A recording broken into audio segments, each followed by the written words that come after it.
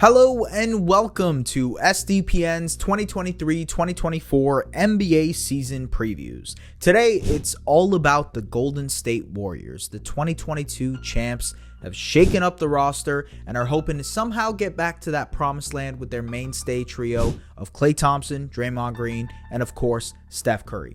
Is this new look Warriors team enough to do it? How will they look in 2023-2024? Let's discuss. But first, be sure to like and subscribe to our channel for more NBA content. The season is almost here, and we have tons of great NBA videos coming your way to get you prepped for what should be an awesome year.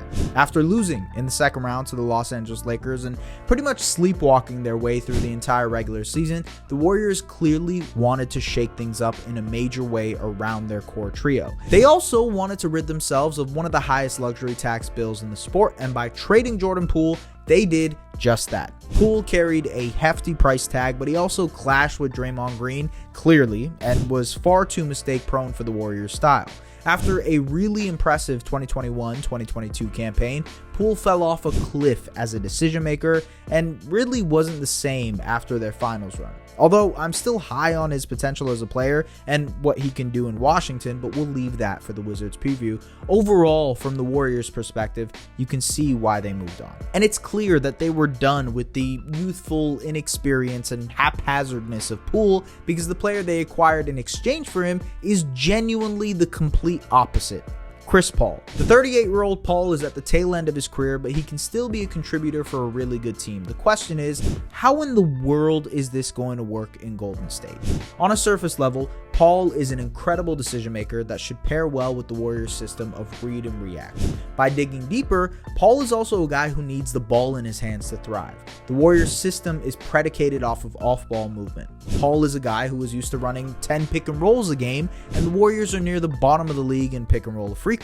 Even further than that, how does Paul fit in defensively? Yes, Paul, even at 38, is a smart enough defender to stay sound at the point of attack, but he is small, and if the Warriors plan to either start or close with him in the lineup, he could get exposed in their defensive system. And building off of that, Paul has never come off the bench, not in a single game in his professional career, and when he was asked about that, he didn't necessarily sound excited about the idea. You'd be coming off the bench playing with the second unit that's a lot younger than the Warriors of the past have been with JK and Moses. Just what do you think of their depth, their bench players that you might be playing alongside? You coaching? No. Oh, okay. Well, I don't know what the situation is going to be yet. You know what I mean? So I think that'll be for us to figure out once we get going. You've never come off the bench in your entire career. Is that something that you'd be willing to do? Like I said, it'll be a conversation for us when camp starts or whatnot. But me and Steve have talked or whatnot. But that ain't something that you be like, "What up, man? Where you starting? You coming up?" You know what I mean? So I think we'll figure all that stuff out in camp. So there are 1,001 different questions about the fit and how it'll look. Even CP3 in a Warriors jersey just feels off. But on the positive side, you expect smart players like Steph, Draymond, Klay, and CP to figure this out and find a way for it to work. Maybe Paul acquiesces to the idea of coming off the bench. Maybe the Warriors decide to run more pick and rolls, particularly with their bench unit, so that they can make life easier on their younger guys, especially Jonathan Kuminga. In fact, that's the world where I can see Paul looking really good as a backup point guard who helps the Warriors with a curveball style while Steph is on the bench and resting. The Warriors were -9 with Steph on the floor. They have bled points without him for the last 2 seasons, and maybe Paul is a way for them to counteract that. But it'll require a level of buy-in from Paul and head coach Steve Kerr to be willing to compromise, both in playing style and coaching style. Outside of Paul, the Warriors added to their potential playoff rotation this summer as well, signing Corey Joseph and Dario Saric as veteran pieces. With Joseph, the Warriors have another savvy point guard who's a smart decision maker. He's also on the older side, but with that signing, it was clear the Warriors wanted more adults in the room after last season. As for Saric, he's a guy who has been on the Warriors' radar for quite some time. He can stretch the floor, knocking down 40% of his threes last season in Phoenix and OKC after returning from an ACL injury. He was important for the Suns in the season they made it to the finals and could play a similar role for the Warriors as a small ball 5. He's a good passer for his position, can play in bigger and smaller lineups, and overall should be really important to Golden State's system this season.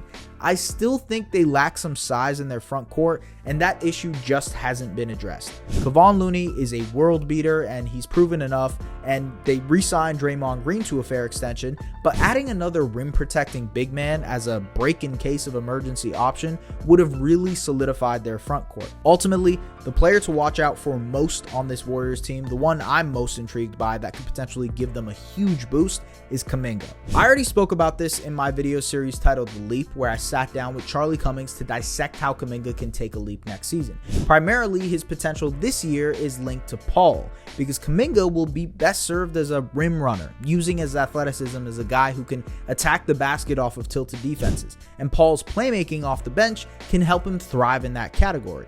There is potential for him to continue expanding his range offensively as well, although that's still more of a TBD. An area I'm really interested in Kuminga as it pertains to the Warriors is how good he can be on the defensive end. He has the potential to one day be their best defender with his gigantic frame, great physical tools, and unbelievable timing, but it's about consistency and buy-in. If Kuminga can be a valuable, positive defender for the Warriors, their front court depth issues may go away, and that's huge in my opinion. As far as what the biggest factor for this Warriors team is going to be next season, I think it'll be the play of Klay Thompson. Thompson struggled in the playoffs, particularly against the Lakers, and despite having a pretty good regular season, hasn't been able to get into consistent rhythm. He obviously plays a huge part of their system offensively, and his ability to make and take shots will be key to make sure this Warriors team thrives in all aspects. Thompson probably won't ever get back to what he was pre-injuries, but if he can be that guy he was in the regular season last year, but in the playoffs, then things look really differently for Golden State. Sportsbooks have the Warriors win total at 49.5 wins, and while I think that might be a little bold for an older team that is going to take things slow and make sure they're ready for the playoffs, they're probably going to be a top 6 team next season. Unless there is a big drop-off from either Draymond, Steph, Klay, or a combination of them, this team still has the potential to be a championship contender despite the somewhat aging roster. The real question is going to be how this all works. How will Poole look in a Warriors uniform? What can they expect from their young guys, not just Kuminga, but Moses Moody as well? And how healthy can they be in the regular season? The Warriors have already established themselves as a dynasty in the last decade, but their window to add another championship banner is closing. This season may be one of the last legitimate chances they have to secure ring number 5. Can they? Let us know in the comments, and don't forget to like and subscribe to our channel. We appreciate you guys watching our videos. Take care.